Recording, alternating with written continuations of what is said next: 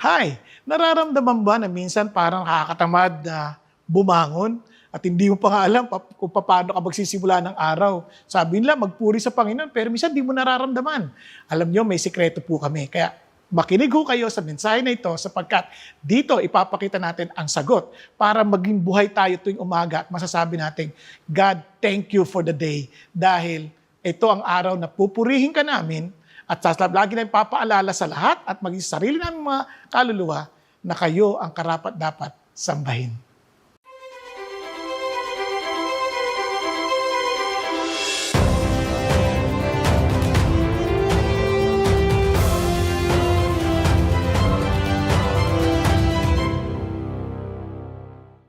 Tayo po ngayon ay magpapatuloy sa ating pong series on true worship. Ito po ay mga aralin mula po sa mga selected psalms. And alam po ninyo, ito po ay napakahalagang bagay sapagkat ang ating pong kasalukuyang buhay is a reflection of our worship. Kapag tama yung ating pagsamba, tama yung ating sinasamba, sigurado ayos ang buhay natin.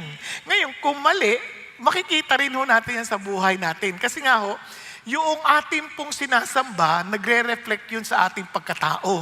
Kaya nakakalungkot masabihin, dito sa bansang Pilipinas, bagamat tayo'y maka-Diyos, makapansin po ninyo, yung pagsamba natin medyo may dispalinghado kasi hindi nagre-reflect sa buong bayan natin.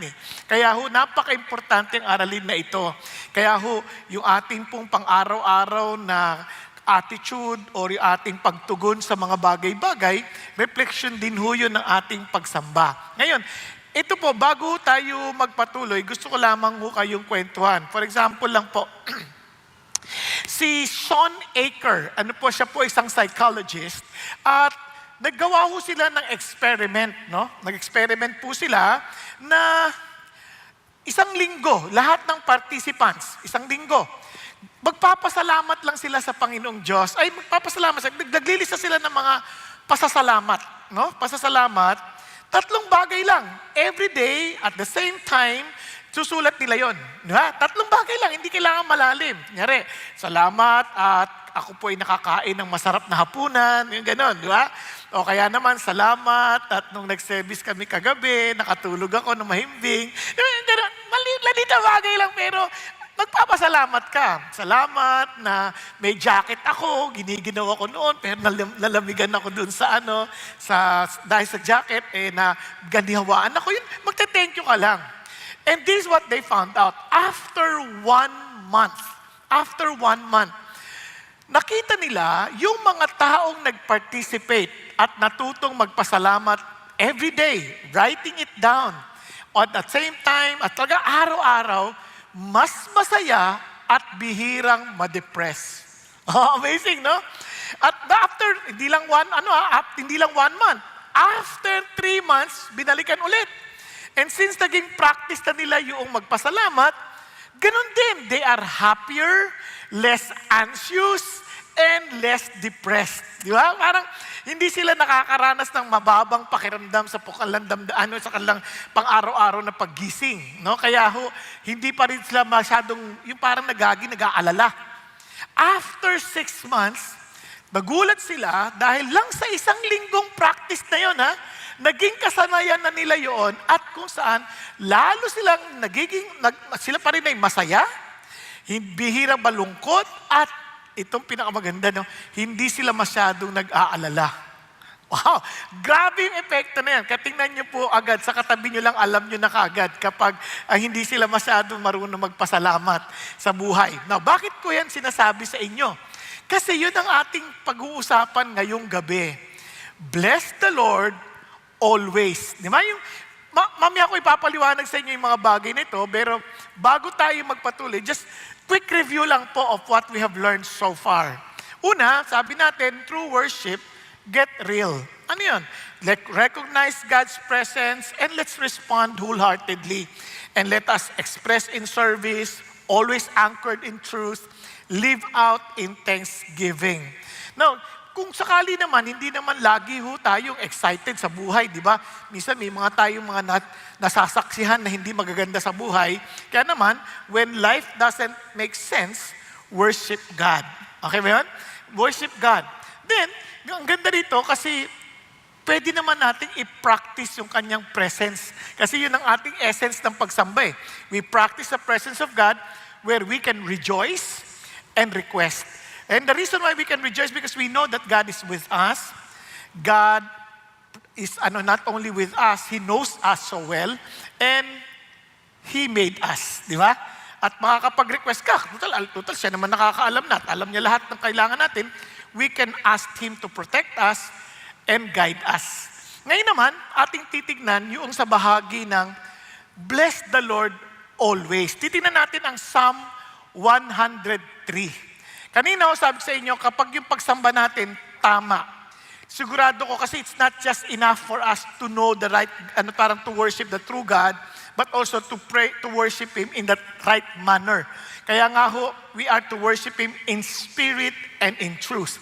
Kaya imposible makasamba tayo without our spirit being alive because of Jesus and being in the truth because Jesus is the truth. Kaya nga, hindi natin pwedeng ihiwalay yon. Ngayon naman, paano natin yung kahit anong panahon, yung bang kahit anong kalalagayan natin sa buhay, tayo ay laging nagpupuri at nagsumasamba sa Diyos. Sabi natin, we have to look at it, pag tinignan natin yung Psalm, just to make it parang easier, inward, upward, outward. Kanina umaga po, napanood ko po si Edric. Ganda nung kanyang paalala pa, hindi makalimutan eh. Inward, samahan niyo po ako, sabayan niyo po ako, inward, upward, outward. O, di ba? Okay. Lalo niyo, nung bata ako, may nakita kong kanta, meron akong natutunan kanyan. I'm inward, outward, upward, downward, happy all the time. I'm inward. Tatlo lang to eh. Kaya pwede naman. I'm inward, upward, outward, happy all the time. Pwede naman yun eh. Nasa sa atin naman yun. So if you want to be reminded always on how to bless the Lord at all times, regardless of circumstances, let us learn to inwardly remember what God has done and upwardly reflect on who God is and outward radiate worship. Remember, ito importante, ito inward. Remember what God has done. Kaya kung wala tayong personal encounter or experience ng Diyos, ang hirap nito. Kasi wala naman tayong aalalahanin. No? Kaya tandaan niyo yung worship, pagpapaalala sa atin ng ginawa ng Panginoon Diyos. Kung naalala po ninyo, ito po ay, titingnan natin ngayon doon po sa Psalm 103 verse 1. Tingnan niyo po. Ngayon, tuturuan ko lang kayo paano magbasa. Kapag nagbabasa tayo ng Hebrew poetry, as I've said nung last week, hindi yan normal, hindi yan pareho sa English poetry, hindi yan parehas. Meron silang katangian na para maintindihan mo at ma-appreciate mo, kailangan maintindihan. For example, itong bless the Lord, O my soul, ang tawag dyan ay colon. Kapag dalawa na yung colon, cola na. Plural na siya, cola na. So itong bless the Lord, itong O my soul, isang colon yan. Tapos itong colon na to, ang magpapaliwanag kung paano gagawin yung una. Okay tayo? Parang, pag binasa mo, hindi siya parang isang thought, tapos another thoughts. Hindi ganon. Itong isang thought na to, ito ang magsasabi how it is being done. Okay, for example, bless the Lord. Itong Lord na to, kasi hindi ko na ma-correct sa PowerPoint kasi hindi to na-edit eh. Itong Lord, all caps yan. Pag nakita niyo sa Bible, all caps yan. Kasi yan ay pangalan na Yohevadhe. Yung tinatawag lang Yahweh. Yahweh. Nandiyan pa kayo? Okay. So yan ay personal name ni God. Now, pag Lord, i-bless mo kami. Bakit ngayon bless the Lord? Ang yabang naman natin. Hindi. Yung word na bless, ang literal niyan kasi barak. Ganyan, barak. Ganyan. Ang ibig sabihin niyan is to kneel down, to worship, to celebrate, and to praise God. Kaya mapapansin ninyo sa ibang translation, praise the Lord. Diba? Yun ang gamit. Hindi bless. Kundi praise the Lord. Kasi yun ang pwede ring translation. So, itong praise the Lord, mapapansin nyo, oh my soul, ano yun? Ano ibig sabihin na oh my soul? Ang ibig sabihin yan, all that is within me, bless His holy name. Ang sabi niya, para ma-worship mo siya, to bless the Lord, oh my soul, is to bless Him, all that is within me. Lahat-lahat sa akin. Are you following? Tapos sabi niya, bless His holy name, referring to the Lord, meaning His reputation, His glory, His standing. So bless His holy name. Talagang katangi-tanging pangalan. Huwag mo itong lalapas-tanganin. So nakuha ninyo. So balikan natin. Napansin niyo po ba, sino ang kinakausap niya dito? Sarili niya. Sabi niya, bless the Lord, oh my soul. Kasi pinapakita na, mapapansin nyo, kasi itong psalm na to, kunyari pa nagbabasa kayo ng psalm, mababasa nyo doon. This was when, when David ran from his son Absalom. May mababasa kayong ganyan. Sa Psalm 34, for example, this was when the Lord delivered David from the hand of the Philistines. Ganyan. May ganon. Ito, Psalm of David lang. Kasi mapapansin nyo sa Psalm 104, 105, 106, 107, wala na yon. Kasi it only shows na itong buong section na to, yung Psalm na yon magkakasama. Okay tayo? Pasensya na, medyo technical lang konti kasi tuturo ko sa inyo mamaya para ma-appreciate nyo paano ito mapapaliwanag. So, pag sabi niya gano'n, bless the Lord of my soul. So, hindi la alam, marami scholars, hindi la alam ano yung context behind kung bakit nasulat yung kanta. Pero isang naiisip ng mga scholars, ito yung mga panahon na siyempre, napatawad siya ng Panginoon mula nagkasala sa kay Bathsheba, pero mayroong mga pagkakataon na siyempre naaano rin siya yung nanunuyo dahil siyempre mahirap bumalik mahirap bumawi. Minsan, no, parang nagre-restore ka, pero once in a while, bumabalik ka doon sa pakiramdam na parang hindi ako makapagsamba. Yan. So, nangyayari yun sa atin. Minsan pag marami tayong inaalala, marami tayong iniisip, parang hindi tayo, minsan sabi ng Panginoon, kausapin mo yung sarili mo. Kaya makakita niya sa Psalm 42, huy, why are you so discouraged, oh my soul? Di ba? Kinakausap yung sarili. Kahit naman tayo, hindi man tayo lahat nagigising na, praise the Lord, hallelujah! Maaaring nga iba sa inyo, kahapon pa, gusto niyo na sumamba, Sabado, magsa-Saturday night service ako. Kaya lang, makapanood ka ng Netflix, o kaya, Vale, bukas na lang, mga 9 o'clock ha, gising 9 o'clock, agahan natin ha. O di 9 o'clock, pagising mo, aga pa, hotdog pa wala, mamaya na lang tanghali, no ha? Nung tanghali na, magtatanghali na, aalis na, ang init naman, init-init, wag na nga muna, alas 3 na lang, alas 3. Ay, naku, masikip doon. Wag na tayo doon, hindi tayo makakatulog ng maayos doon. 6 na lang, 6 kasi maluwag pa. Pagdating mo naman dito, ako di pa namin. Parang tinatamad ka pa. Pero minsan, sa mga ganong pagkakataon, kailangan mong kausapin sa sarili mo, ano ka ba? Ano man nangyari sa'yo? Sumamba ka nga sa Diyos. Huwag niyong hayaan yung sarili natin ang nangungusap sa atin. Tayo ang nangungusap sa ating mga sarili. Hey, bless the Lord, oh my soul. All that is within me, ano ka ba? Ngayon kung nangyayari sa inyo ngayon yan, huwag mo lang laksan. Kasi yung pangit naman, uy, ano ka ba? Mag-worship ka. Baka may makita ka ng katabi mo, ano nangyari dito? Bakit nagkakaganito? Ay, wala pa naman tayong clinic ngayon, di ba? Pero hindi masama to remind ourselves, minsan kasi hindi natin mailaban hindi natin mailabas. You better worship the Lord. Oh my, all that is within me, you give your best. Kumakanta tayo, ibigay mo yung todo mo. Ibigay mo to, kausapin mo yung sarili mo. Now, look at this. Ngayon, itong isang line na to, ang tawag dyan, line, yung line na yan, may tawag dyan, may parallelism. Yung parallelism na yan, para maintindihan mo, kung paano to gagawin na naman. Kasi it's not just enough for you. Bless the Lord, oh my soul. Ito yung kasunod niyan. Bless the Lord, oh my soul. Umulit na naman.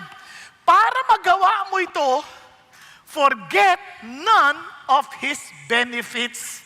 Nakuha natin. Kasi habang kinakausap sa sarili mo, ano ka ba? Alalahanin mo lahat ng mga pagpapala na naranasan mo. Minsan kasi hindi na tayo marunong magpasalamat sa Diyos sa mga pagpapalang natatanggap natin. Minsan masyado na tayong entitled sa mundo na parang feeling natin lahat ng bagay, karapat-dapat lang nasa akin to. Natuloy naalala ko, mayroong isang mama, lungkot-lungkot eh. Sabi niya, ba't ang lungkot mo? 3 weeks ago, namatay uncle ko eh. Sorry condolence. Hindi ganun eh. Iniwanan niya ba naman ako, hindi ko masyado kilala, ng $40 million. Wow! Sobrang blessed ka naman. Di pa tapos eh. 2 weeks ago, di ba 3 weeks? Tapos 2 weeks ago, after a week, namatay naman yung pinsang ko. Hindi ko siya lagi nakikita. Nag-iwan ng $80 million sa akin. Ha? Bakit malungkot ka? Dami-dami yung pera. Ano ka ba? Sabi niya. Kasi itong linggo na to eh, walang namatay eh. sobrang sama. Ano ba naman? Maraming ganun, iba? Parang hindi na sila marunong mag-appreciate sa mga blessing na meron sila. They always looking for more. Di ba? Kailan kayo huli nagpasalamat, Lord, thank you, binigyan mo ako ng asawa. Iba nga, Lord, ba't ba ako nagkaasawa? Di ba? Minsan nagsisisip eh. Alam mo, ang dali natin makalimot. Lahat tayo, very forgetful tayo. Kahit ang mga Israelites, alala ninyo, katatawid lang ng dagat na pula. Katatawid lang. Di ba? Kakanta-kanta pa sila, sabi niya. And the horse and rider fell into the sea. Ganun pa, kakanta-kanta pa sila. Pagtawid nila, nawalan lang ng tubig. Dinala mo kami rito para mamatay lang. Grabe ka naman. Ganon tayo, makakalimutin tayo eh. Ang dali natin makalimot sa kabutihan ng Diyos. Iba sa atin nag-pray. Pag-pray mo ako, makatrabaho na ako ha. Sige, sa pag-pray. Naku, interview ko na. Pag-pray mo, pumasa ako ha. Interview ko na. Pasado. Yay, pasado na ako. Hallelujah. May makikita mo yan, mga after 3 days, 4 days. Kamusta na? Ang hirap ng trabaho. Aging overtime. Pag-pray mo nga, makalipat na ako ng ibang trabaho. Pero wala na ako. Kakahingi mo lang eh. Parang ang dali mo naman makalimot. Di ba yung Diyos na nagpasok sa'yo, siya rin magbibigay siya ng talino para mo gagawin yan, paano ka makakatawid dyan. Kasi siya yung Panginoon natin. Kaya you have to tell yourself, come on, forget none of His benefits. Kasi lahat tayo makakalimutin. Ang dali nating makalimutin. Yan ang pinakamalaki nating problema. Kaya nga, worship is our proper response to who God is. And look at the words, for what He has done. And our trust in what He will continue to do. Habang binigyan ka, tuturuan ka pa rin niya, paano yun gagawin. Tuturuan ka ng Diyos sa bawat bahagi ng buhay mo, gagabayan ka niya. Kasi yun ang kanyang pangako eh. Kaya kailangan mong paalala yun. Ngayon, whenever we say, forget none of His benefits, in other words, kasi parang double negative forget none. Di ba? Parang double negative. In other words, sa positive day na pagsasabi, remember God. Are you following? Yung word na remember, hindi yung remember na tinatry mo lang i-recollect yung mga ideas, mga pangyayari, mga blessing. Hindi ganun. It is a conscious, as in controlling consciousness, na kung saan yung pag-alala mo na apektuhan yung mga desisyon at ang yung mga planong gawin. Nakukuha natin? Parang ganito, para maintindihan natin. For example, si God. This is the covenant that I will make with them, yung mga naging Christian. After those days, says the Lord, I will put my laws upon their heart, and on their mind I will write them. And He then says, and their sins and their lawless deeds I will remember no more. Now, nagka-amnesia ba ang Diyos? Bakit sabi, nakalimutan ko na yung ginawa mo. Malang ganon. He remembers, He knows everything we did yesterday, today, and forever.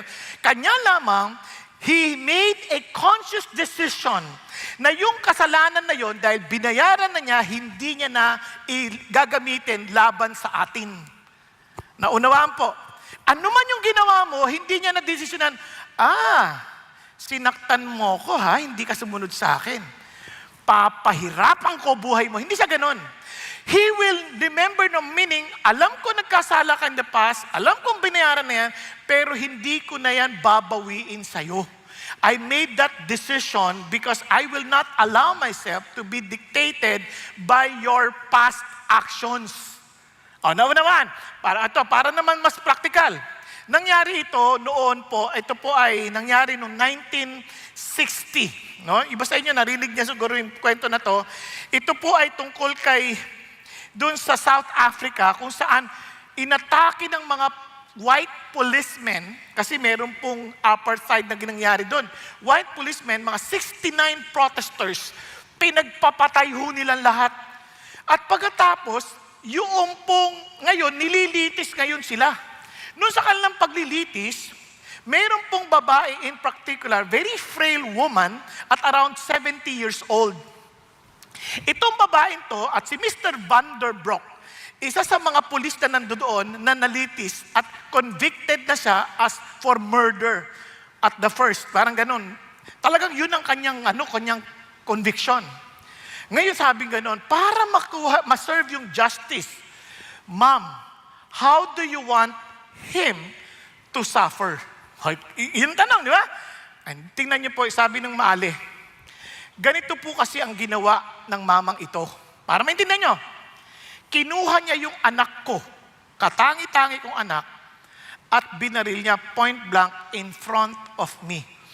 Pang! Patay, no? Siyempre. At tinapo na lang sa dagat ang kanyang katawan. Months later, kinuha naman niya ang asawa ko.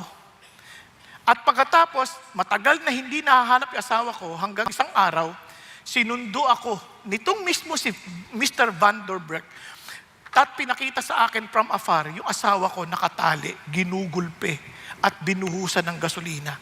Nung binuhusan ng gasolina, ang sinigaw ng asawa niya, Father, forgive them. At sinunog. Now, kung kayo ho si Mrs., anong gagawin nyo? Tinatanong ko ngayon kayo, na kayo ay parang, anong hustisyang gagawin nyo? Kung kayo, anong gagawin nyo? Siguro ba sa atin, isa-isahin kong pipitikin ang kanyang mata. Bubunutin ang bawat buhok, isa-isa hanggang maubos. Lahat ng pinakamatinding mahirap na mangyayari, gagawin natin. Tama? Bubunutin kong kuko, dahan-dahan, para maramdaman niya yung pain na naranasan ko. Pero ibang ginawa ng maaling ito. Itong ginawa ng ali. Sabi niya, mahal na hukom,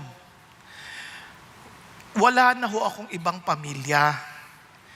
Ito po, una-una, gusto ko lamang po, 3 bagay lang ni-request ko. Una, dalhin niya lang ako kung saan nila sinunog yung asawa ko, nang maipon ko naman yung kanyang, yung kanyang abo, at mabigyan siya ng marangal na paglibing. Yun ang una. Yung pangalawa po, dahil wala na po akong pamilya, pwede po ba niyong papuntahin siya sa akin twice a month? Para naman maibuhos ko sa kanya yung pagmamahal na dapat para sa anak ko at para sa asawa ko, maramdaman ko lang yung pamilya. Kasi wala na ako ibang pamilya kundi yung asawa ko at saka anak ko, pinatay nila. Parang nakakapagtaka, no? At yung pangatlo, pwede po bang ilapit niyo po siya sa akin nang sa ganun siya po'y mayakap ko at mapadama ko na pinatawad ko na po siya dahil sa kapatawaran ni Kristo sa amin.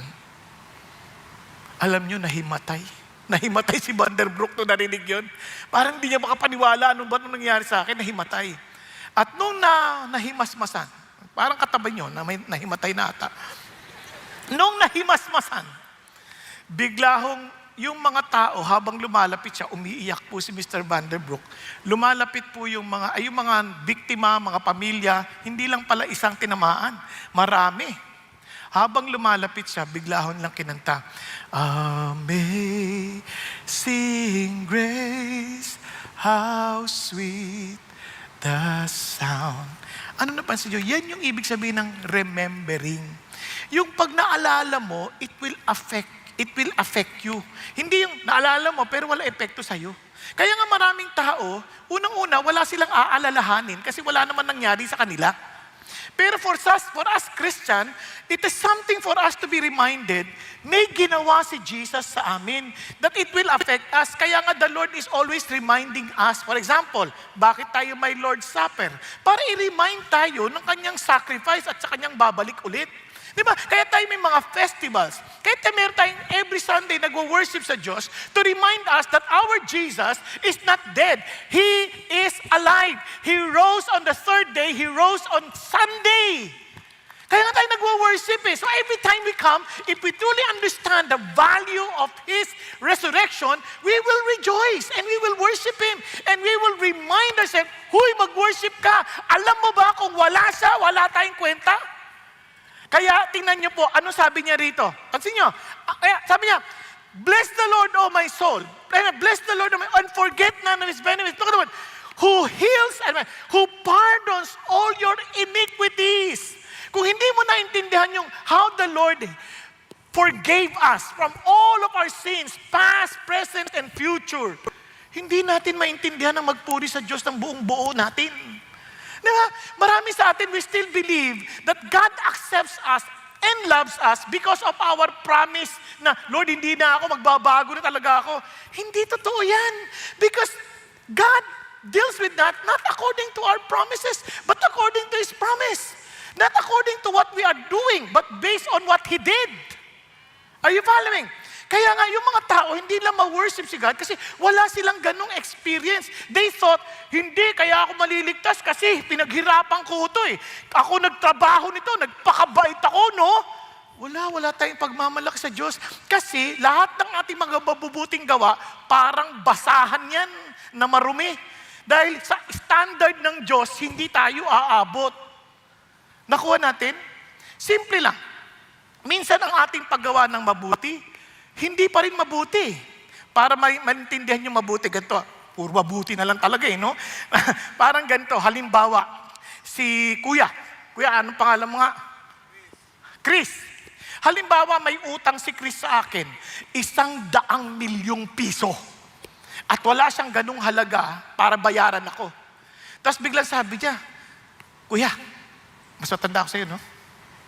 Di bali na, matanda na lang. Mas malaki mang baywang ko sa'yo eh. Sabi niya, Kuya, ipagdadrive kita. Basta nagkusa lang siya, pagdadrive kita ha. Tapos magpapadala ng kakanin, magpapadala ng ng kung ano-ano, siopaw, di ba? Sabi niya, maganda ba yung ginagawa niya? Mabuti? Pinagdadrive ako, pinagdadala akong pagkain, pinagluluto ako, maganda ba? Tama? At ginagawa niya lahat yun para hindi ko na raw siya singilin. Mabuti?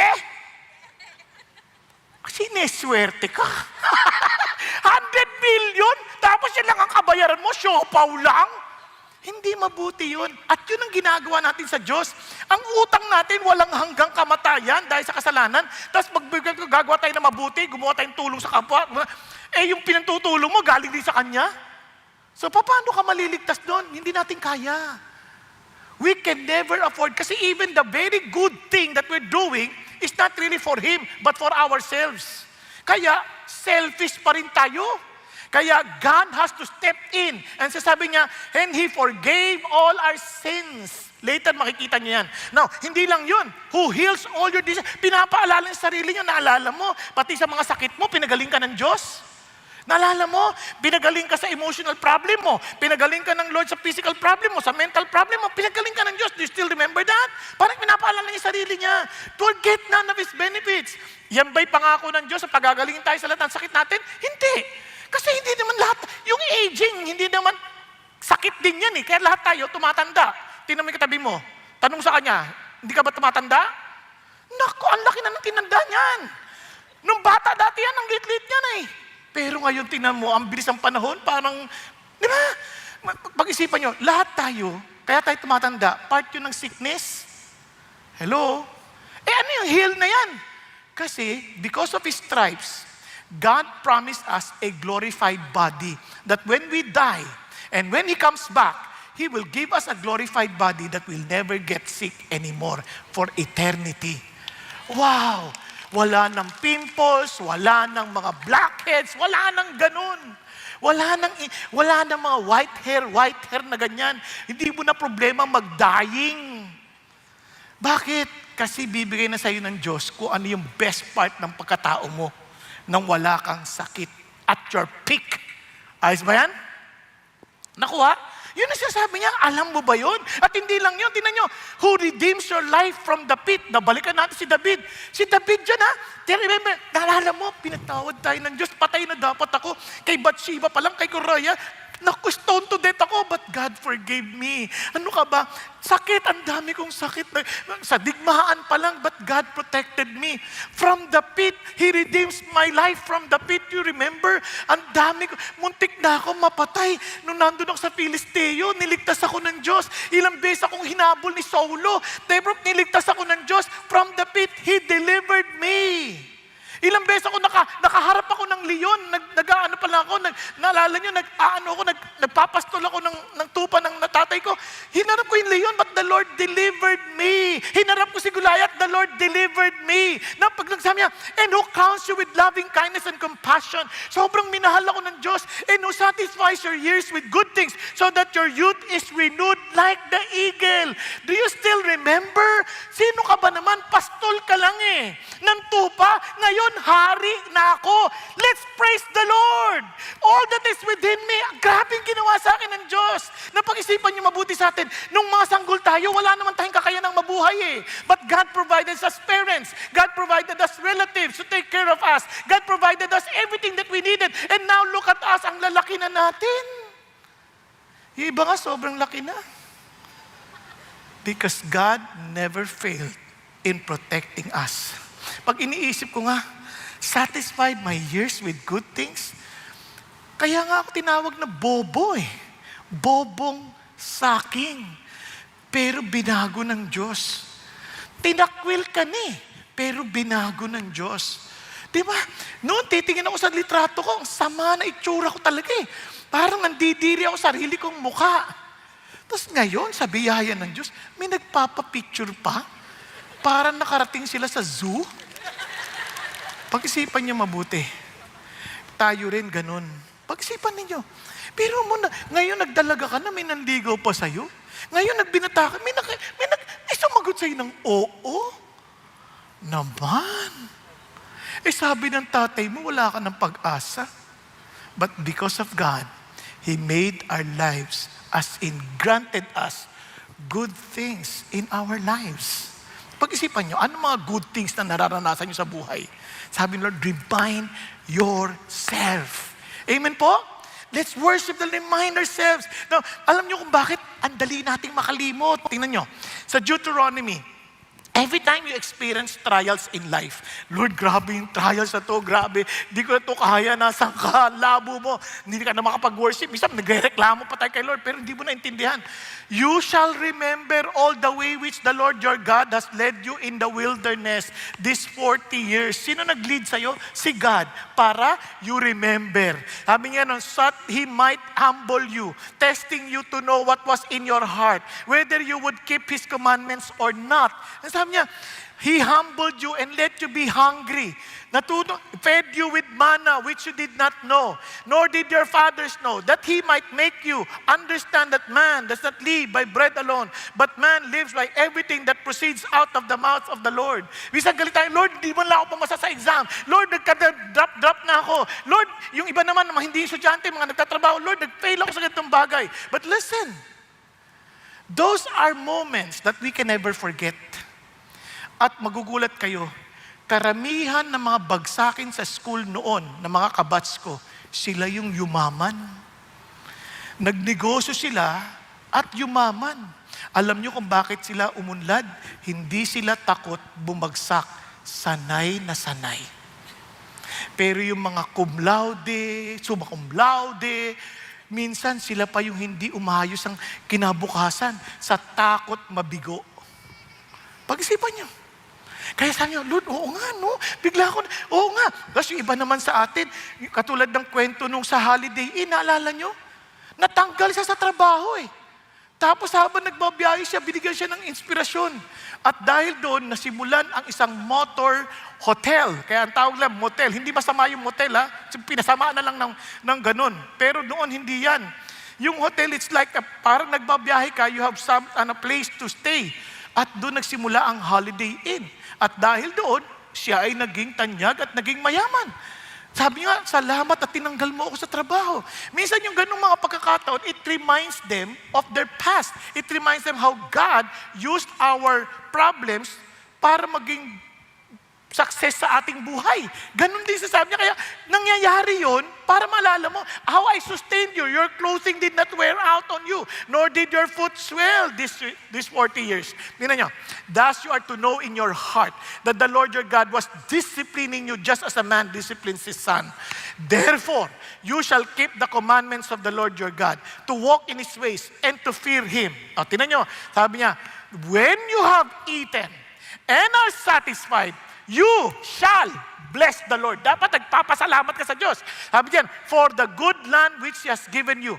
Beware that you do not forget the Lord your God by not keeping His commandments and His ordinances and His statutes which I am commanding you today. Kasi sa sobrang natin, minsan, sa sobrang blessing, minsan nakakalimutan natin, galing nga lahat kay Lord to Kaya minsan may tendency tayo mang-insulto ng kapwa because we feel na tamad mo kasi. No, pag inisip mo mabuti, lahat yun, grace ng Diyos sa atin, binigay sa atin ng Panginoon yun. Kaya let's remind ourselves, hey, better worship the Lord. You should bless God. You should honor Him. You should praise Him. Dahil lahat ng to, pinagdaanan natin that we may not forget. Okay ba yan? Now, isipin nyo, alam nyo kung gaano tayo makakalimutin, may isang mama ho, nagpunta siya sa grocery, mimili, chine-check niya, tapos dinala niya sa sakyan. Sabi niya, parang may nakalimutan ako. Tapos niya, wala naman, nalik niya na. Tapos, dilagay niya sa trunk. Parang may nalimutan talaga ako. Ano kaya pinabibili pa sa akin? Wala, okay na. Tapos nagdadrive na siya. Parang talaga ako may nalimutan. Huminto, tinignan ulit yung trunk. May nakalimutan talaga ako. May nakalimutan ko. Isa naman. Pagdating sa bahay, talagang parang may nakalimutan talaga ako. Pagbaba niya, hi dad, hi son. Sabi niya, where's mom? Nakalimutan yung asawa. Sa lahat naman makakalimutan yung asawa pa nakalimutan niya. Ganun tayo makakalimutin eh. Di ba? Minsan, ang dami nating naisip, nakalimutan natin yung mga importanteng bagay sa buhay. No, kaya, the Lord is telling us, forget none of His benefits. Now, tingnan niyo po ito kung bakit napaka-importante. Alam niyo, minsan, sa dami nating problema, alam niyo, nahihiya pa tayo lumapit sa Diyos, no? Parang minsan, Lord, wala na akong malapitan. Nahihiya ako eh. Hindi mo naintindihan. Sabi ng Bible, for while we were enemies, we were what? Reconciled to God through the death of His Son. Much more having been reconciled, we shall be saved by His life. Now, pag-isipan niyo mabuti. Ba't tayo na-reconcile kay God? Hindi dahil sa pangako natin, hindi dahil mabait tayo. Ang sabi niya, ang tawag sa atin, enemies of God. And we were reconciled because of Jesus. Tama ba? Now, tuloy pa tayo. Sabi niya, and not only this, but we also celebrate in God through our Lord Jesus Christ, through whom we have now received the reconciliation. Now, minsan, sa dami nating mga kahinaan, nagkasala tayo, tas nahiya tayo ngayon sa Lord kasi siguro consequence ng mga pagkakamali ko, talagang kailangan kong pagdaanan to, talagang sorry na lang. No. Lumapit ka kay God. Bakit ka lalapit kay God? Wala namang tutulong sa iba kundi siya eh. Na bakit? Unang-una, minahal tayo ng Diyos, hindi dahil sa mahal natin siya. Hindi dahil mabait tayo. Hindi dahil sa nangako tayo sa Diyos na hindi na tayo maggagawa ng masama. Sabi ng Diyos, I love you because, you love me not because this is love, because I first loved you. Okay ba yan? Walang qualification, minahal kita. Paano kung di kita mahalin? Wala naman ako magagawa, siyempre. Kasi parang ganito yan, kung nanliligaw yan, at sabi niya, I love you, pangangakuha mo, at sabi niya, ayoko, friends lang tayo. Ngayon, pag sinabi niya, tututukan ka ng kutsilyo, hindi, kailangan mahalin mo ako. Hindi pagmamahal yan, tama? Ganun si God, hindi ka naman niya pipilitin eh. Kanya lang, obviously, dahil tinanggihan mo yung pagmamahal niya, hindi mo mararanasan yung totoo niyang pagmamahal. Are you following? But now that you have accepted it, sinabi mo, tinanggap ko yan. I know that I was reconciled with God because of Jesus. Hallelujah. Ano nga sinasabi ng Lord? What shall we say then to these things? If God is for us, who is against us? May naninira sa'yo, may problema ka, dahil mo pinagdadaanan, feeling mo everything is against you, then remember this, you were reconciled with God. Forget none of His benefits. He died for you. Because of His death, you were reconciled to His Father. Hello? Andyan pa kayo? Ba't ka lumapit kay God. Lumapit ka na. Sabi niya, He who did not spare His own Son, but delivered Him over for us all, sabi niya, how will He not also with Him freely give us all things? Lahat ng bagay na kailangan mo, kailangan nakakabuti sa'yo, bakit ipagkakait niya sa'yo? Hindi niya nga pinagkait ang sarili niyang anak. So ano pang kinakatakutan natin? Kaya sabihin mo sa kaluluwa mo, huy, magpuri ka sa Panginoon Diyos. Kung natatakot ka dahil ang dami mong pagkakamali, lumapit ka sa Kanya because He loves us, not because of our love for Him, but because of His love for us. Are you following? Importante ang paalala natin kasi ang dali nating makalimot. Kasi akala natin, God accepted us because of our goodness. No, it is because He is good all the time. Pakisabi mo ulit sa katabi mo, don't forget this. God loves you. Okay? And hindi yan magbabago, hindi dahil sa nagbago ka. Hindi yan magbabago lang, hindi siya nagbabago. Okay tayo? Now, tingnan niyo po, pakinggan natin ang patotoo na isang kapatid na ang dami niyang mga bagay na pinagdaanan, but God remained faithful to his life. Hindi na natin siya makasama ngayon, pero panoorin lang natin ang kanyang patotoo. Si Coach Louie. Lumaki ako sa kahirapan. Ako ay naging isang magsasaka, nagbenta ng gulay, nagluto ng mga ulam, pantinda sa aming lugar. Noong ako'y 12 taong gulang, naging tindero na ako ng sigarilyo sa sabungan at naging malaking impluwensya ito sa aking buhay. Ako ay naging sugarol. Minahal ko ng lubos ang pera at bisyo.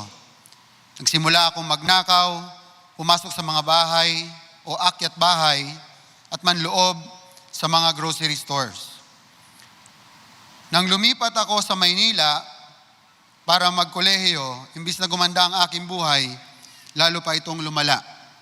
Pumasok ako sa iba't ibang trabaho para matustusan ang aking pag-aaral. Factory worker, delivery boy, at salesman.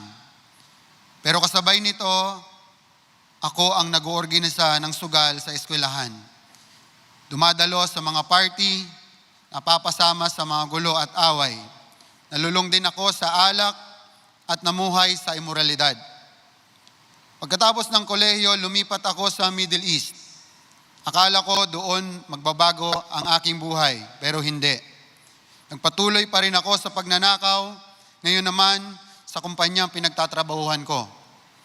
Binabayaran ako para magtrabaho, pero inuubos ko ang oras ko sa pagpapabaya. Kahit saan ako pumunta, dala ko ang aking mga kasalanan. Nang bumalik ako sa Maynila, ako pa rin ang dating tao. Walang direksyon ang buhay. Hanggang sa dumating ang isang hindi inaasang pagkakataon, isang ahensya ang tumulong sa akin para makakuha ng mataas na posisyon bilang coach sa Singapore, gamit ang mga peking dokumento. Tinanggap ko ito. Sa loob ng halos 4 na taon, nagtrabaho ko mula madaling araw hanggang hating gabi. Inahabol ko ang kayamanan at tagumpay. Pero noong 2013, 12 taon nakalipas, dumalo ako sa isang afternoon service. Yun ay kay Pastor Bong. Alala ko pa doon ako nakaupo. At sa unang pagkakataon, nakilala ko ang Panginoong Hesus. Hindi na siya basta pangalan o relihiyon. Naging totoo siya sa akin. Nung araw na yon, nagpasya akong tanggapin siya at binigyan ako ng Panginoon Diyos ng lakas para talikuran ang masamang bisyo at immoral na pamumuhay. Pagkatapos ng 5 taon na pagsasama, pinakasalan ko ang aking nobya, nagsimula ako ng bagong buhay at bagong kabanata. Hindi nagtagal, tinawag ako ng Diyos, naiwan ang trabaho ko sa Singapore at bumalik sa Maynila. Hindi ako nagdalawang isip. Kahit halos wala akong ipon, sumunod ako at sinimulan kong ibahagi ang aking kaalaman sa coaching at pagbabagong ginawa sa akin ng Panginoon Hesus. Noong 2014, nagsimula akong maglingkod sa CCF Sports at mag-disciple ng mga kabataan, lalaki sa basketball court. Tuwing Sabado, tinuturuan ko sila, iniimbitahan ko sila sa bahay para kumain at mag-Bible study. At tinadala ko sila sa mga retreat sa tabing dagat kung saan marami ang isinuko ang kanilang buhay kay Jesus at nabautismuhan. Lumago ang small group at ilan sa mga disciples ko ay naging leader na din. Sa biyaya ng Diyos, nagsimula kami ng taunang sports camp at mas lumawak pa ang ministeryo. Nakita ko kung paano nababago ang buhay ng mga tao dahil sa Diyos. Pero alam nyo, hindi pa siya tapos sa buhay ko. Noong 2020, kasagsagan ng pandemya, isinilang ang aking bungsong anak na si Hezekiah. Ilang sandali matapos siyang ipanganak, agad siyang dinala sa ICU. Walang malinaw na diagnosis ang mga doktor. Sa simula, pinangawakan ko ang pananampalataya at naniwalang papagalingin siya ng Diyos. Pero habang lumilipas ang mga araw, bumibigat ang aking puso. Sa ikawalong araw, sinabi sa akin ng doktor na kailangan ilipat si Hezekiah sa mas advanced na hospital. Doon nagsimulang humirap ang lahat. Isa-isang tumatanggi ang mga ospital dahil sa toxic case namin o dahil wala kaming sapat na garantiya sa pagbayad. Nauubos na ang aking ipon, nawawala na rin ang lakas ko, emosyonal at espiritual. Sa sobrang desperasyon, umakyat ako sa rooftop at kinausap ko ang Panginoon. Ang sabi ko sa kanya, Panginoon, anak mo si Hezekiah. Kung kukunin mo siya, isusuko ko siya sa iyo. Pero kung gusto mo akong magpalaki sa kanya, pakiusap, pahintulutan mo ako. Panginoon, ano ang gusto mong gawin ko? Habang ako nakatayo, wasak at walang magawa, may ipinaramdam ang Diyos sa puso ko, isang tahimik at katiyakan. Isang mahinang tinig na sabi niya, sa 10 araw, ang aking anak ay gagaling. Kahit mukhang imposible ang pangakong iyon, nagdala ito ng kapayapaan sa aking puso. Nag-text ako sa doktor at sinabi ko, Doc Mike, pwede po bang ipagliban ang pag-transfer sa aking anak? Sabi ng Panginoon, gagaling siya sa 10 araw. Pero tumanggi ang doktor. 2:00 ng madaling araw sa 10 araw, nakarating kami sa Cardinal Hospital. Habang nasa ER si Hezekiah, naghintay kami sa admission area. Balisa, pagod, at nananalangin. Maya-maya lumabas ang doktor at nagtanong, kayo po ba ang magulang ni Hezekiah? Opo, ang sagot namin. At sumunod ang mga salitang hindi ko makakalimutan. Sinabi ng doktor, wala na pong sakit ang inyong anak. Wala nang tubo sa baga, wala nang nakakabit na aparato sa kanyang katawan. Purihin ang Panginoon. Doon ko napagtanto, ang Diyos ang lumalaban para sa atin kapag isinuko natin ang problema sa Kanya. Hindi kapag tayo ay nagpanik o tuwing sinusolve natin ang problema na mag-isa, kundi kapag iniangat natin ang ating mga mata sa Kanya at buong pusong nagtitiwala. Ang kagalingan ay dumating hindi nung mas marami akong ginawa, kundi noong lubusan akong sumuko. Ngayon ay 6 na taon ko bilang volunteer at 5 taon ko naman bilang full-time worker sa CCF Sports. Pinagkalooban ako ng Diyos sa parang hindi ko kailanman inakala. Pisikal, spiritual at emosyonal.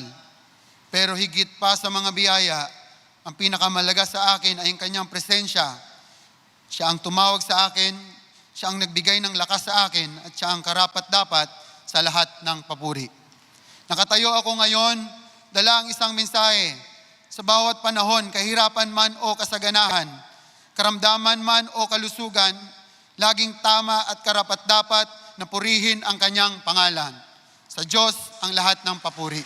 Amen. Amen. Praise God. Ano pansin niyo po? Kahit anong panahon, sabi niya, mabuti man o masama, dapat lang tayo magpuri kasi ang dami nating mga pakinabang or benepisyong naranasan dahil lang kay Kristo. Ulitin ko, we are reconciled with God, we are with Him.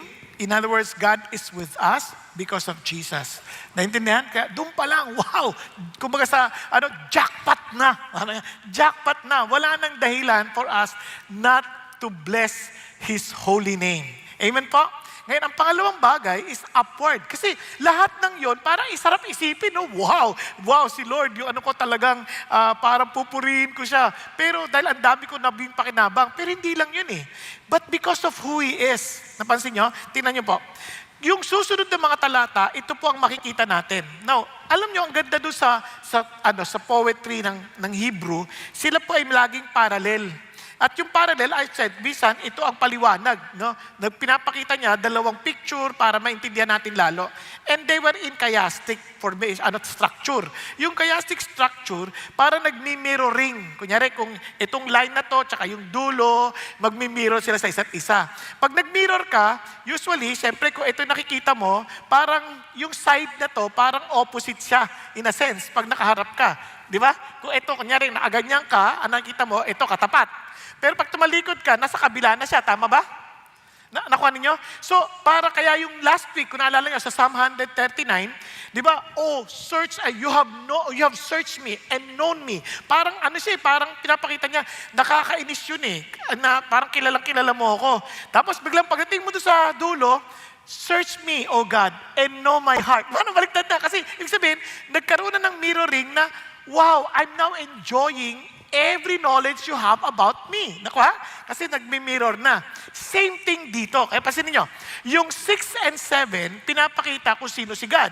As you are worshiping Him, looking upward, desiring God. Ano ulit? Sabi niya, inward, upward, sabi, para hindi kayo matulog.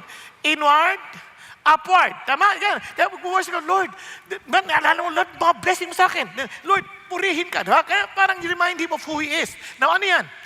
Sa 6 and 7, pinapakitang the Lord is judge. He is full of justice.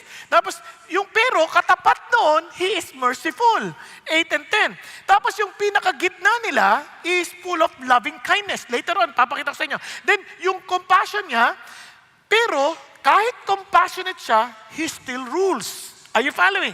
Na para maintindihan ninyo yung balancing pagtingin. Hindi yung parang, oh, God is loving, puro love, love, love. To the point na, kahit anong gawin ko, okay lang. Hindi totoo yun. Kasi kung loving siya, hindi niya ako hahayaang gumawa ng bagay na makakasira sa sarili ko. Sino dito mga magulang? Kayo ba, pagka nakita niyo anak niyo gumagawa ng bagay na makakasira sa kanila, hayaan niyo na lang? Bakit? Mahal niyo anak niyo eh. Ayaw niyo silang masira. Ngayon, kung papabayaan mo yung anak mo, hindi mo sila mahal. Tama? So, ganun din sa Diyos. Kailangan may balance yun.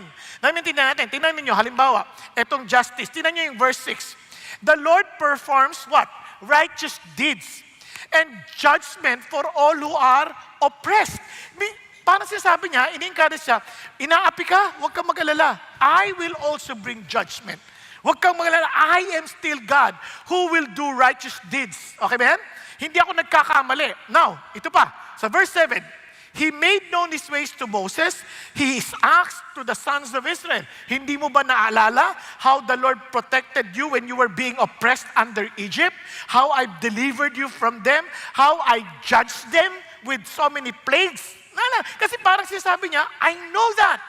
Ngayon, tayo rin, somehow, wag nating kakalimutan that our God is a God of justice. Now, bakit importante yan? To many people, ang liit ng tingin nila sa Diyos, minamalit nila yung justice ng Diyos. Tingnan ninyo sa Romans 2. Sabi niya, oh, do you think lightly of the riches of the kindness and tolerance and patience, not knowing that the kindness of God leads you to repentance? Para, wala naman nangyayari sa akin, ginagawa ko to, okay naman, masaya naman ang buhay ko. Hindi. Ang Diyos sobrang mapagmahal, hindi kanya talaga, binibigyan kanya ng pagkakataon para magbago. Okay? Pero, but because, tinan nyo, dahil sa tigas ng ulo nyo, at hindi kayo nagsisisi ng taus-puso, nag-iipon kayo ng poot para sa iyong sarili, sa araw ng poot at pagpapahayag ng matuwid na paglilitis ng Panginoon Diyos. Wow! Alam nyo, parang ganito, sige lang, tuloy mo lang yan. May kasing araw ng paglilitis eh. Hindi naman kita mamadaliin eh. Naka-schedule ka naman eh. O, naintindihan niyo? Kaya huwag nating binibiro-biro yung ganong bagay, no? Kasi yung panahon na yon, hinahayaan ka ng Diyos. Pero nag-iipon ka naman ng puot. Remember, sabi nga ni God kay Abraham, sabi niya, hinintay niya 400 years bago niya husgahan yung Amorita. Until the sin of the Amorites is complete. Grabe, ang lupit nun. Parang ang Diyos sobrang mapagpasensya, inaantay niya talaga 400 taon siyang nag-intay. Kaya, naku, wag nating biruin yun. Patuloy tayo. Who will render, sabi niya, yung aking yung kanyang matuwid na paglilitis, who will render to each person according to his deeds. Hahatulan sila ayon sa kanilang mga ginawa. Naku po, kayo po ba, kung iisipin niyo yung mga pinaggagawa natin sa buhay, ano sa palagay niyong hatol ng Diyos? Pag-isipan niyo. Ako, natatakot ako kasi all have sinned and come short of God's glory. And sa totoo lang, kung hahatulan ako ng Diyos sa aking ginawa, I am already a convicted criminal. For example, sabi ng Diyos, yung magsinungaling ka lang, impyerno ka na. Sino dito hindi pa nagsisinungaling? Oh, kung nagtaas ka, yari ka na. Di ba? Ibig sabihin, lahat tayo convicted na. Kaya lang, God is offering us pardon. Yung pardon na yon, binigay niya sa atin. Paano niya ginawa? Tingnan nyo, yung balanse ng kanyang hustisya at ng kanyang awa. So sabi niya, the Lord is compassionate, gracious, slow to anger, abounding in loving kindness. Yung sa kalang translation, your mercy. Ibig sabihin ng mercy, yung karapat dapat sa'yo, hindi mo binigay. Hindi niya binigay. Yung grace naman, yung hindi karapat dapat sa'yo, binigay niya. Okay ba yan? So nakukuha natin. So ito siya ngayon. Sabi niya, wow, ang grabe to, grace is slow to anger. Hindi siya agad nagagalit. Tuloy tayo. And He will not always strive with us, nor will He keep His anger forever. Hindi parang, uulit-ulit. Naalala mo kahapon, ginawa mo yan. Ikaw, akala mo, hindi ko na kakalimutan, ha? Nakakainita tayo habang naglalakad ko, oo nga po. Na parang hinahabol-habol ka ng kasalanan. Parang, hindi ko to kaya. Pero hindi, si God, He will not do that. Bakit? He has not dealt with us according to our sins to reward according to our iniquities. Alam na alam ni David, bakit kamo? Kasi dapat stone to death na ako dahil kay Bathsheba may Uriah pa. Wala na akong pag-asa, hindi na ako dapat maging hari. Dedo na talaga dapat ako. Tama? Sorry salitang kalye. Ano ba yung patay na dapat ako? Sorry, lumabalik yung aking pagkakaling tao. Kasi Jerry Bote boy ako dati. So, parang, what? Ito na Oo, yan ang ating Panginoon. Pero, pag-isipan niyo mabuti, si God, ginawa niya lahat yon kasi meron siyang ginawang aksyon. At meron siyang gagawing aksyon na hindi pa nakikita ni David, na experience na niya, pero ito, pinapaliwanag na ng Diyos in advance sa kanya. Paano?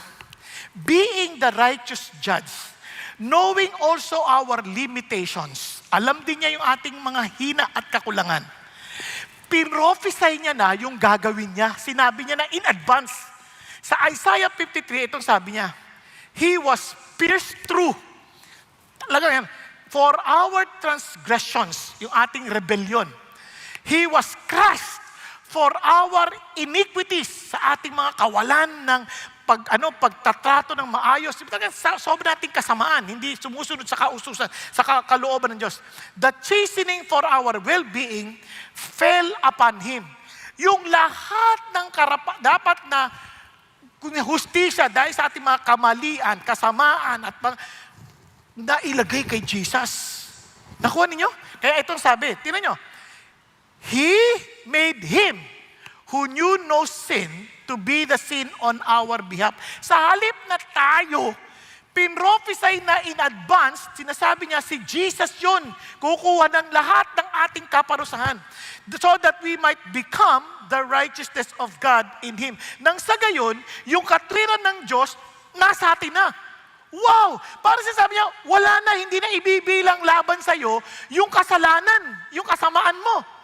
Pero hindi automatic yan, ha? Tingnan niyo bakit. Ito, sabi ni Jesus, dahil dito, sabi ni Jesus, not even the Father judges, hindi na ang tatay niya ang maghuhusga. But He has given all judgment to the Son. Binigay na sa anak kay Jesus. Upang ang lahat ng parangal sa anak ay dapat kapareho ng pagpaparangal sa Ama. As we worship God, dapat ganun din ang ating pagpaparangal sa anak. Okay? He who does not honor the Son, pag hindi mo pinarangalan yung anak, hindi mo rin pinararangalan ang Ama na nagpadala sa Kanya. Now, anong ibig sabihin yan? Ito si Jesus. Balik tayo sa sinabi ni Jesus. Yung mga nananampalataya sa akin na ako yung nagbayad ng kasalanan nila, hindi na mahatulan. Pero yung mga hindi naniniwala, nahatulan na. Dahil hindi sila naniwala sa pangalan ng kaisa-isang anak ng Diyos. Now, this is the point. Kapag tinanggap mo si Jesus, you are saying, Lord, I will honor you. I will worship you. Are you following? Pero, pag tinanggihan mo siya na siya yung naging kabayaran ng ating kasalanan, ibig sabihin, ay nahatulan ka na. Balik ka sa dati mong kalalagayan. You are doomed to eternal punishment. May utang ka naman talaga eh. Nakuha po. Yun yung sinasabi niya, eto si God, siya na yung judge, siya na yung nagbayad, siya pa yung judge. Kaya kung sinabi mo, ay, Panginoon, sa iyo na po ako eh. Remember, naalala niyo ako? O sabi niya, oo, hindi ka nahatulan, halika na dito. Di ba? Pero kung pagsabi mo, Lord, naalala niyo ako, nag-aatid ako sa sisip. Depart from me. You, di ba? I never knew you. You doers of iniquity. Hindi ka naman sumusunod sa akin eh. Papakita ko sa'yo. Ayan, no, ito ka, oh. Ito yung CCF service, tama? Ito ka, oh, nasa unahan ka, tama? Ayan, natutulog ka, tama? Walang natutulog sa harapan, ha? Naisip niya, naalala mo at paglabas mo pa. Ito pa yung ginagawa mo pag lumalabas ka. Oh, ayan, oh, nakikipag-unahan ka sa elevator. Inunahan mo yung aling, nakatungkod pa. Pinatid mo pa. Ayan, bawal lang naman yan. Di naman, alam ko naman, hindi nangyayari dito yan, Sana naman, di ba? Pero, tapos naalala mo sa kainan, ayan, tinan mo. Hindi ka nagbayad. Tuwan-tuwa ka ba? Sabi mo, praise the Lord. Blessing. Meaning, alam ng Lord lahat eh. Hindi ka naman nakikinig sa akin. Di ba? Habang nagpupuri ang iba, pinanonood mo sila, tinuhusgahan. Kita ko lahat yan. Nakuha ninyo? Oo. Kaya dapat yun, kasi pagkatapos dito, dahil nagsumasamba at gumagalang kay Jesus, kahit saan ako naroon, lahat ng gagawin ko, paggalang kay Jesus. Tulad ng paggalang sa Diyos. Nasusundan? Yun ang sinasabi niya rito. Now, balik tayo dito. Balik tayo sa Psalm 130. Sabi niya, just as a father has compassion on his children, so the Lord has compassion on those who fear Him. Wow! Ito ngayon, hindi na lang siya parang Diyos. It is now a father and son relationship. Anong ibig sabihin? Tingnan niyo yung word, who fear Him. Ibig sabihin ng fear Him, you revere Him, you respect Him. Hindi yung pagtatrato natin sa mga tatay natin, wala tayong galang. Pero ito talagang sobrang galang natin sa tatay natin, sa Panginoon Diyos, dahil talagang ginagalang siya. Paano naging nangyari yun? Anong klase yun?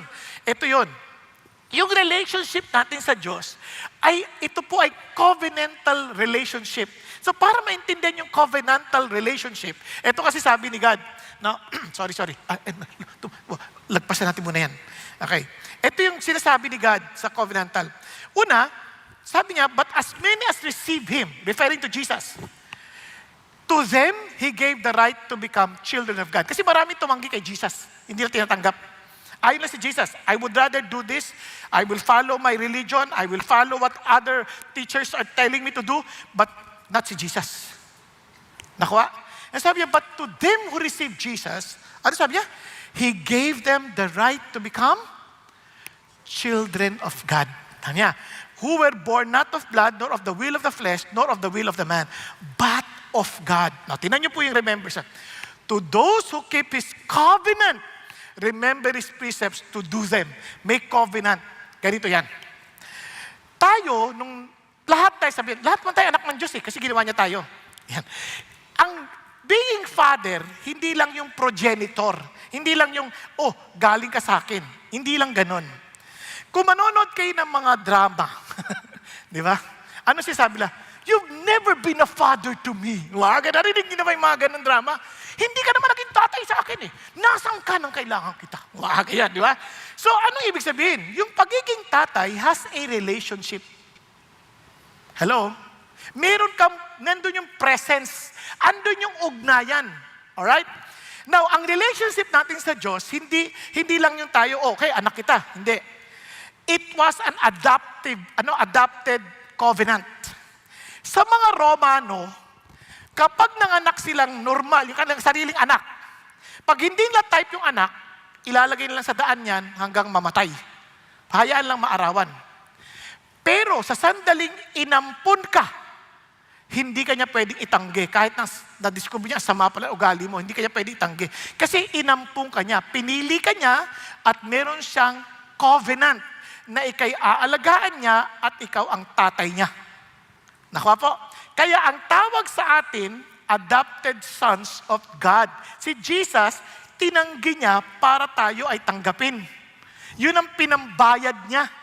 Ngayon, ulitin ko pwede ka na magpaampon, pwede hindi Kung ayaw, ayoko dyan. Wala tayong magagawa. Pero for those who accepted Jesus, sabi niya, tinatanggap ko yung kabayaran, sige, papampon ako. Make covenant kayo ng Diyos. Kaya nga, sabi ng Bible, the Spirit of God testifies to your spirit that you are a child of God. Okay? Naku, ang sarap doon. Nung anak ka na, may covenant ng Panginoon. Meron siyang tinalaga. Kaya kahit ano mangyari, hindi kanya pwedeng bitawan. Okay ba yan? Di ba? Paano naman di magpupuri sa Panginoon yan? Tuloy tayo. Ang sabi niya dito, for He Himself knows our frame. He is mindful that we are but dust. Kasi bakit niya sinasabi yun? Lord, paano ko magkamali ako? Mahina ako eh. Alam ko. I know your frame. You're but dust. Alam kong mahina ka. Alam ko yun. Hindi ko naman tinanggap kita dahil malakas ka eh. Tinanggap kita dahil gusto kita. Period. Now, ikaw na yun kung tatanggapin mo rin yung pagtanggap ko sa iyo o hindi. But I know you. I know your framework. I know your weakness. Hindi magbabago yung isip ko sa iyo. As long as you have covenanted yourself to me that you will follow me and I'm your father, hindi kita itatanggi at hindi kita iiwan. Grabe yun Hello? Napapansin nyo ba? Minsan kaya tayo ayaw lumapit sa Diyos, feeling natin, hindi pa ako ready. Kasi baka magkamali lang ako, nakakaya kay God. Kasi nga, nakaasa ka sa sarili mo, hindi ka na pumapasok sa covenant relationship sa Diyos para ipamuhay mo ito. Nandiyan pa kayo? Okay, tuloy tayo Ang sabi niya, kaya tinan nyo, kaya yung loving kindness niya, hindi yan nakabatay sa atin.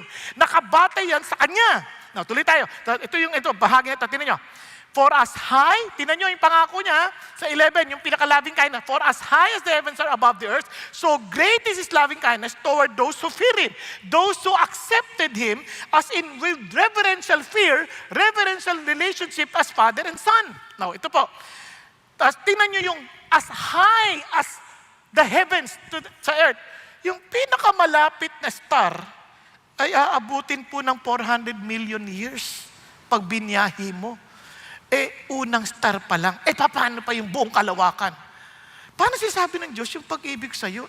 Forever yun, Hindi yun yung pabago-bagong isip, dinagdagan niya pa. As far as the east is from the west. Saan ho nang gagaling yung pukang liwayway? Sa east. Tapos saan siya magtatakip silim? Sa west. Paano sila magtatagpo? Hindi sila magtatagpo. Pag pumunta ka ng north, titigil ka bago ka bumalik ulit papuntang south. Pero pag pumunta ka ng east, papunta ka west, pagdating mo sa west, papunta ka ulit sa east, papunta ka na sa west. Walang tigil yun. It is one way of saying, my love for you, my covenant for you, is forever. Grabe. Kaya yung sasabi lang, walang forever. Wala kang God. Wala kang relationship sa tatay na nasa langit. Kaya hindi mo alam ang forever. Kaya yung mga nakaranas ng forever, kaya din nilang mag-keep ng covenant nila sa kanilang asawa dahil yung Diyos na mayroong covenantal love ay kaya na rin natin ipamuhay dahil siya rin ang nasa sa atin. Kaya tinanong ako ng asawa ko, bakit mo ako mahal? Sabi ni Lord, yun lang. Siyempre, nung lambingan yan lambingan moments. Parang sasabihin, hindi dahil maganda ako, hindi dahil sa ano. Hindi, dahil kay God lang. Period. Kasi ang ganda, nagbabago yan. Yung ganda mo noon, At ngayon, ang laki na ng iginanda mo. Naks. Ganun pa man, tatanda at lilipas din siya. Ganun talaga ang buhay eh. Di ba? Naalala ko pa nga, minsan kinakantahan ko yung hanggan, yung kay Wednesday Consejo, di ba? Paano nga ba yung chorus nun? Sino nakakaalam? Parang mayroong parte doon na yun eh. Sabi niya, hanggang ang hininga ko ay parang hanggang sa mawala na yung buhay ko, parang ganoon. Binaligtad ko, hanggang sa ang buhay mo'y mawala na. Diba? But what I'm trying to say is this, ganyan ang pag-ibig ni Lord sa atin. As far as the east is from the west. Hindi yan magbabago. Kaya naman, sabi ng Lord, tingnan nyo, grabe, just as the Father's compassion is so the Lord has compassion on those who fear Him. Yung awa niya, yung pagmamahal niya. Bakit? As for man, his days are like grass. Kasi alam ko naman, maikli lang ang buhay niyo dito. Para lang kayong bulaklak, you flourish. Pero ito, sabi niya, and when the wind passed over it, it's no more. And its place acknowledges it's no longer. Para sabi niya, kahit nga yung pakatawan lupa ninyo, nawawala eh. Sandali lang. Pero, but the loving kindness of the Lord is from everlasting to everlasting on those who fear Him, and His righteousness to children's children. Alam niyo, sa totoo lang, sobrang laking pasasalamat ko sa Diyos kasi sabi ko, Lord, thank you for loving my father and allowing my father to love you. Kasi dahil doon, umabot pa sa akin yung pagmamahal. Children's children. And my children. Di ba? Parang, wow, Lord, grabe, hindi kayo talaga nakalimot. Inabot mo kami yung pamilya. Di ba, pwede namang, di na ako pansinin ni God eh. Pero pinansin niya pati ang aking mga anak. Bakit? Because that is His promise. Naunawaan po. Kaya yung mga bata, huwag niyo pong ipagwalang bahala ang pananampalataya ng magulang ninyo. Sana huwag niyo lang hiramin yung alam pananampalataya, kundi maranasan ninyo yung pananampalataya na binigay ng Diyos mismo para sa inyo. Now, let me show it this way. Yung alam mo, di ba, alam niya yung framework natin. Nangako siya. Bilang tatay, hindi ko pwedeng itanggi ang aking anak. Kunyari kung boss yan, napapuri ka ng boss, maganda yung ginawa mo, okay. Pero moment na hindi na okay sa ikaw, tsugi ka na. Tama? Ang tatay hindi ganon. Naalala ko kahit ang tatay minsan magdisiplina dahil mahal niya anak niya, nangyayari yon. Naalala ko yung anak ko, siyempre bata pa sila, naturo sa akin ng Panginoon na huwag akong basta kailangan hindi ka galit pagka nagdisiplina. Eh di, sabi ka, pag ginawa mo to, papaluin kita. Tapos pag inulit mo, dalawa na, ganyan. O di, wala, hindi ko pa alam yung motivate nun eh. Kasi, hindi pa ako marunong paano gawin yun sa, yung nababasa ko sa Bible. Ang intindi ko lang, paano ko naintindihan? Di ganito. Dito anak ko, alam mo yung mga bata, sumusubok eh. Sinuway. Okay, usap tayo na, alala mo. Di siyempre, umiyak-iyak pa yan, nagmamakaawa. Pero pasensya ka na anak. Usapan natin yan. Alala mo. Kasi ayokong mas masakit yung mararanasan mo pag kinalaki mo yan na hindi ka sumusunod. Pinalo. Pa! Nakakagising talaga yung palo na yun. Talagang hindi mo pwedeng tulugan yun. Di ba? Kasakit talaga. Iyak siya, iyak. Di siyempre, may mga bata, inulit. Alam mo yung parang inulit. This time, ready na. Pangalawa na to. Dito, wala nang nakaawa, di na nagmamakaawa, matigas na. Parang ganun na yung dating eh, di ba? Ready na yan. Di siyempre, ako naman. Pinalo ko ulit. Pagpalo ko. Walang talagang tigas ng yung iba na siya. Kaya ko yan. Parang ganun eh. Sabi ko, alam mo anak, yung parusa na yan, minsan, katulad ni Jesus, may konsekwensya mararanasan mo, pero yung pinaka-bulk ng consequence, kinuha ni Jesus dahil mahal niya tayo. And alam mo ba, hindi ka pinaparusahan dahil lang sa gusto kitang paluin. Ginagawa ko yun dahil mahal kita. Ngayon, kukunin ko yung isa. Di, siyempre, asawa ko naman, kampi naman kami, kampi. So inisip ko, kampi kami, di ba? Ay ko, sweetheart, paluin mo ko. Ayoko, ikaw papaluin ka. So, paluin mo ko. Siyempre, iniisip ko naman, showmanship lang. Apak! Apak! Hindi. Tinutuhanan! Pagpalong lapa! Tuloy luha ko. Sakit, ha? Ako, grabe naman to. Mas malakas yun, ha? Pero isang bagay na natutunan ko, yung anak ko, bigla niyang na-realize, mahal ako ng tatay ko. Tumulo yung luha niya at hindi niya na inulit yung bagay na yun. Nako, ganyan-ganyan ang ginawa ni Jesus sa atin. Talagang inako niya. Kaya nga, grabe, kahit na siya pa yung nagro-rule, sabi yan, the Lord has established His throne in the heavens and His sovereignty rules over them. Kahit ano pang posisyon niya, iba yung relationship niya. Parang ganito. Kunyari, ikaw ay nasa Malacanang, presidente, tatay mo. Hindi ka makakapunta dyan ng walang appointment kung hindi mo siya tatay.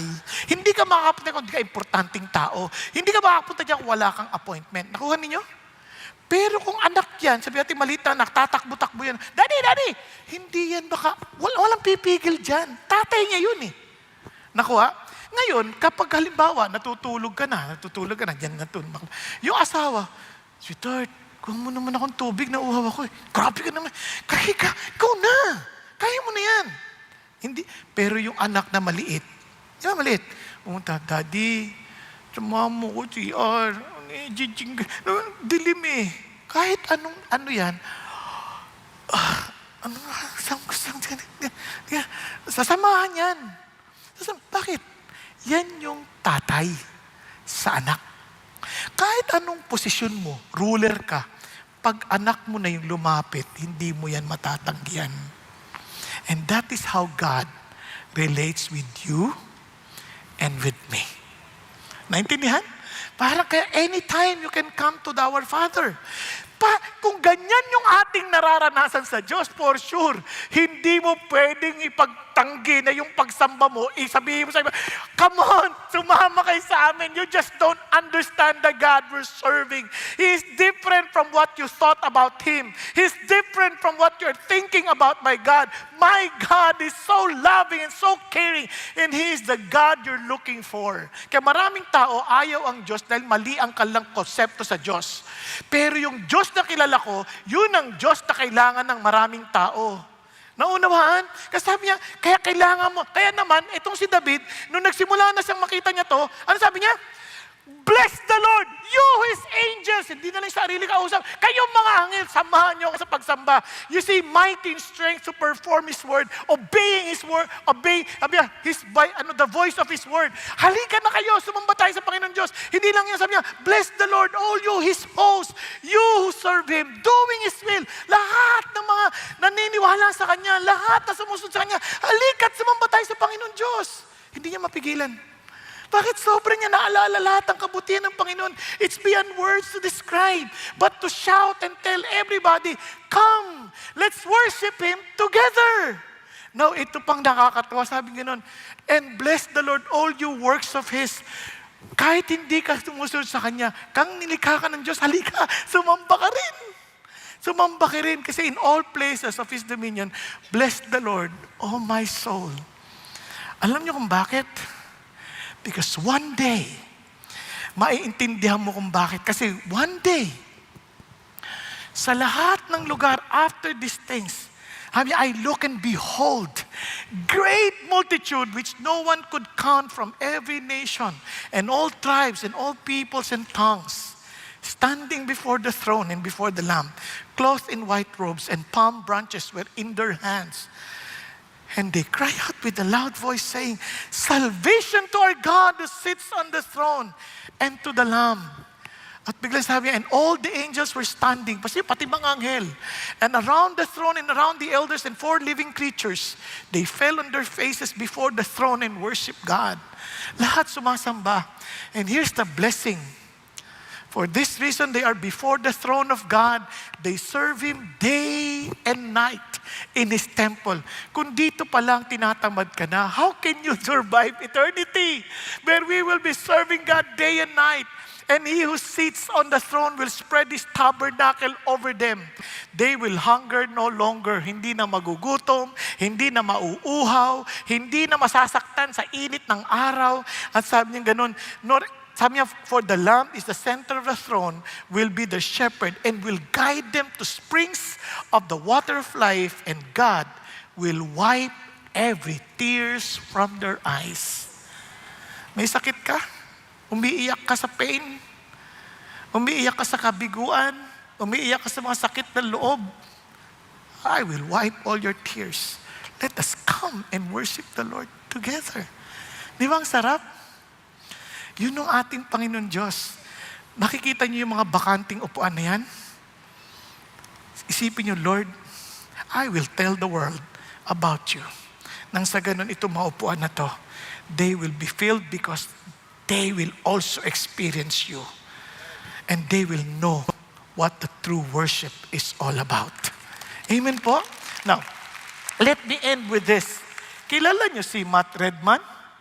Diba, nagpunta dito yan si Matt Redman. Alam niyo mo, nakakatuwa yan kasi ganito. Kaya ako binuksan yung aking, kasi po, meron po siyang aklat. Ang title po ng kanyang aklat, 10,000 Reasons. Ngayon, ito po yung pangyayari dito sa kanyang kwento at ikikwento ko rin sa inyo at nalipat lang kasi na wala tuloy yung pinaka-eksaktong page. Ayan.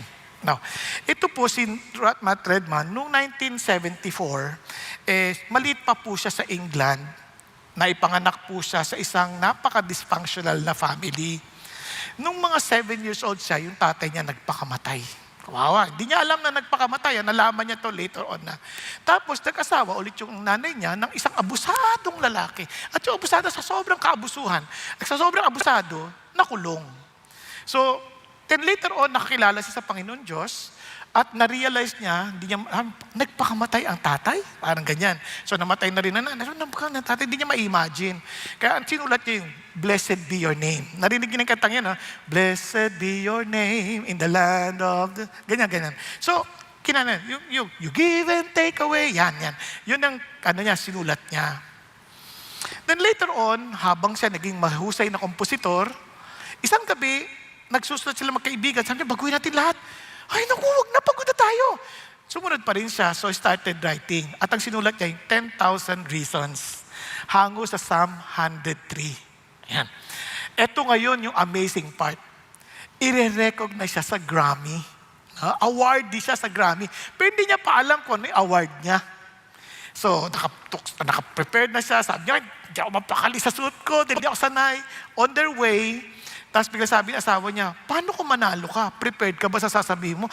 Hindi ko naisip yun Siyempre, hindi naman niya alam.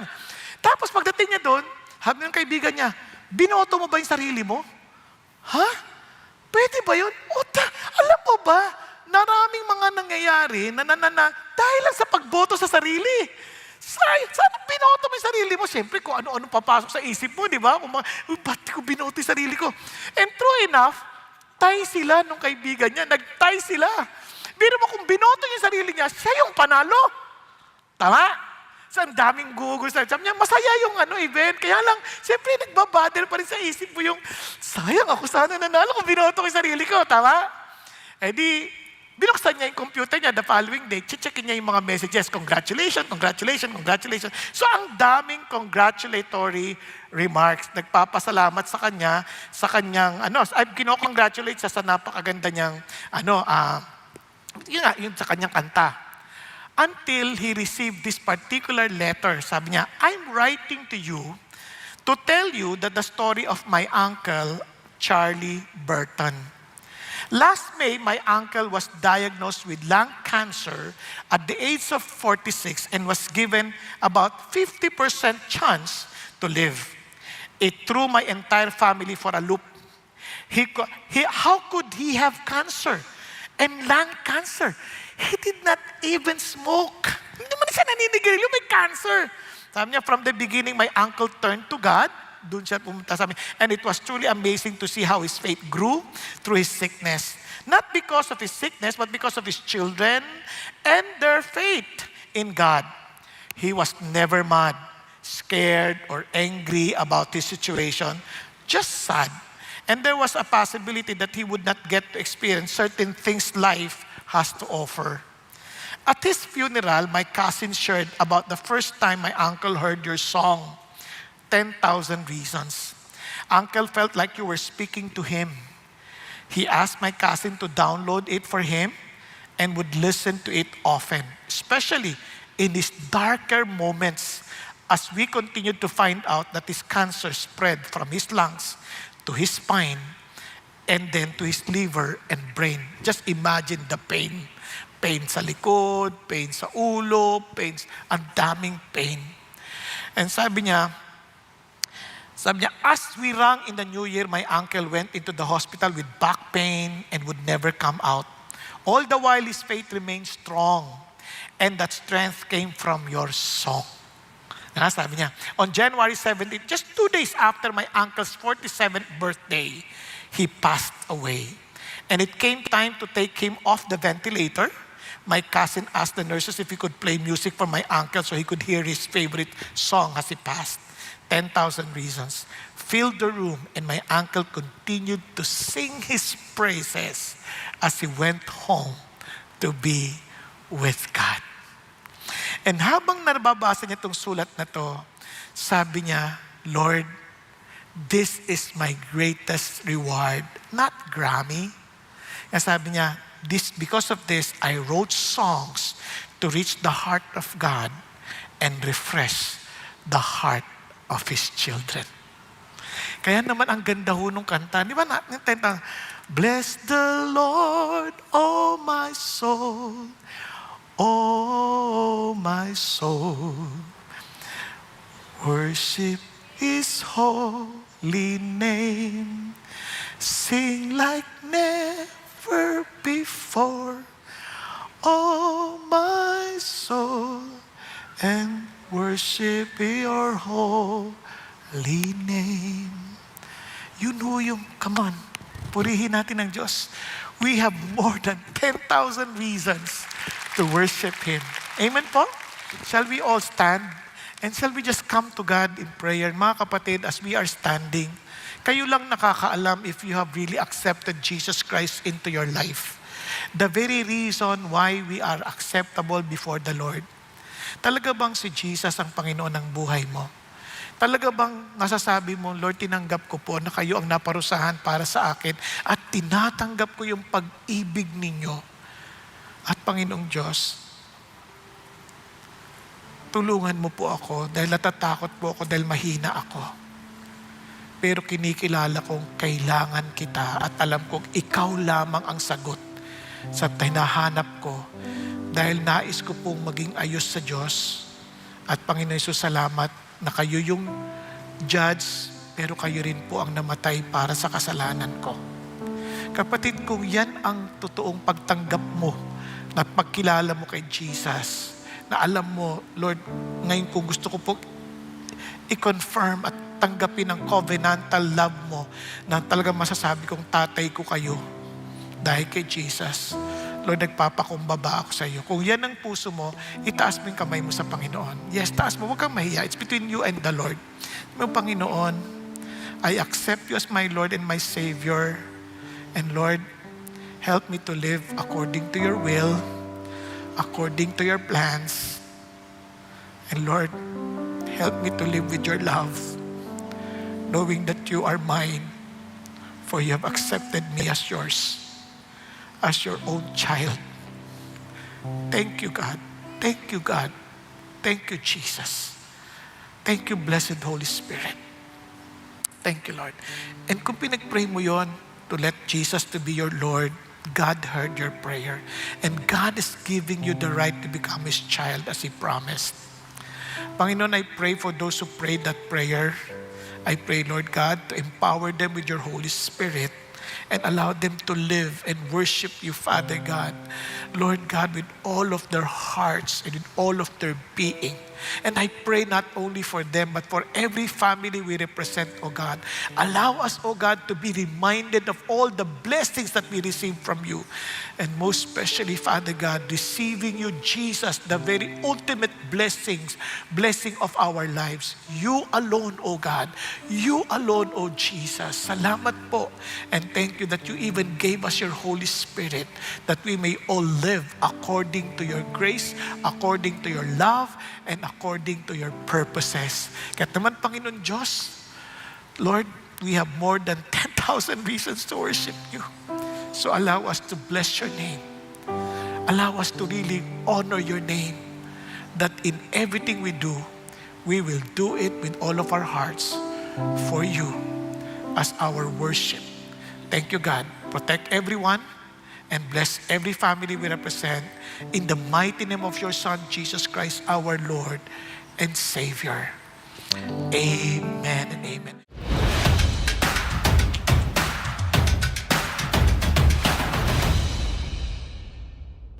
Magandang araw, CCF family. Welcome to Sunday Fast Track, where you ask real-life questions and we give you biblical truths.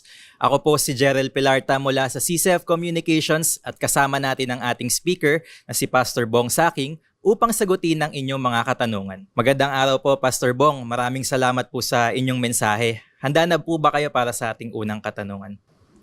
Palagay ko. Para sa ating first question, Pastor Bong, madalas nating naririnig sa mga panahon ngayon ang entitlement mentality, kung saan feeling natin ay deserve natin ng mga bagay-bagay. Paano natin lalabanan ito base sa mga natutunan natin sa Psalm 103? Ayan, una sa lahat, dapat nating mapaalalahanan yung sarili natin na anumang pakinabang meron tayo ay hindi galing sa atin. Ito ay galing sa Diyos.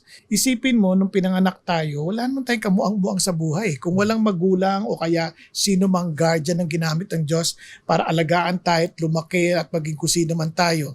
Kaging sa pag-aaral, may nagturo sa atin, may nagbigay sa atin ng pang-aral natin. So everything na meron tayo, somehow God, ginamit ng Diyos ang iba't ibang mga resources. So para mapaalalahanan tayo na ito, hindi binigay ito para sa atin, kundi para gamitin natin sa iba. Naalala ko tuloy sabi ni Spider-Man, di ba? Great power means great responsibility. So ganun din, kaya ang Panginoon dapat nating alalahanin, no? Na God can take everything we have in a day. Naranasan niya ni Job, di ba? At marami pang mga tao. Kaya wala tayong pagmamalaki. Sa halip, palagi natin paalalahan sa atin, Lord, you blessed us. Lord, yung anuman, meron kaming kapatawaran, meron kaming kalusugan, meron kaming mga material na blessing, lahat na ito ay galing sa inyo. So, wag nating kalimutan yun. Praise God. Napakagandang sagot po, Pastor Bong. Para sa ating question number 2, sa gitna ng tagumpay at kasaganaan, ano ang dapat gawin para maprotektahan natin ang ating sarili sa kayabangan, kasakiman at tuluyang pagkalimot sa Panginoon? Nako, napakagandang paalala ulit yan. Kasi tulad ng kanina, sabi natin, kailangan we need to keep on reminding ourselves na galing to sa Diyos. Paano ang gagawin mo yun? Sa ano yung practical na paraan? Siyempre, una, ganyan ang sinasabi ng Lord, this book of the law shall not depart out of your mouth, but you shall meditate on it day and night, that you will be careful to do everything written in it. Then you shall be what? Prosperous and have good success. So, kailangan remind natin sarili natin lagi about God's work. I-remind natin through the meditation of the Word. Diba? Through prayers and through giving. Na maging mapagbigay tayo sa ibang tao. Kasi hindi tayo binless para lang magpakasasa. Kundi we are blessed to bless. So yun ang mga bagay na maaari nating gawin para malagpasan natin yung kayabangan na akin to. O kasakiman na akin to. Hindi. Pinagkatiwala to sa akin. I'm God's steward for all the blessings that I have now, for His purposes and for His glory. Thank you, Pastor Bong. At para sa ating question number 3, ano po ang mga praktikal na paraan ng pagsamba sa Diyos sa tipikal na pang-araw-araw nating pamumuhay? Ayan, napakaganda. Sabi nga ni David sa Psalm, sabi niya, every morning you hear my voice and every morning I worship you. So, yung araw-araw, every time you wake up, yun lang paggising mo, malaking bagay na yun. Pagsamba na rin yun sa Panginoon Diyos. Like, paano mo sinasalubong ang araw? Sabi mo ba, Lord, thank you sa good night rest. Thank you, Panginoon Diyos, for loving me.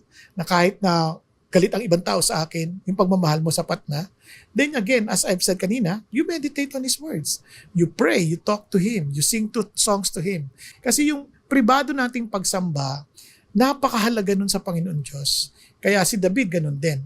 Lagi siyang sumasamba sa Panginoon. Yun ang bibigay sa atin ng inspirasyon. Yun ang bibigay sa atin ng kasiglahan sa buhay. At yun ang nagpapaalala sa atin, ba't tayo bumabangon araw-araw?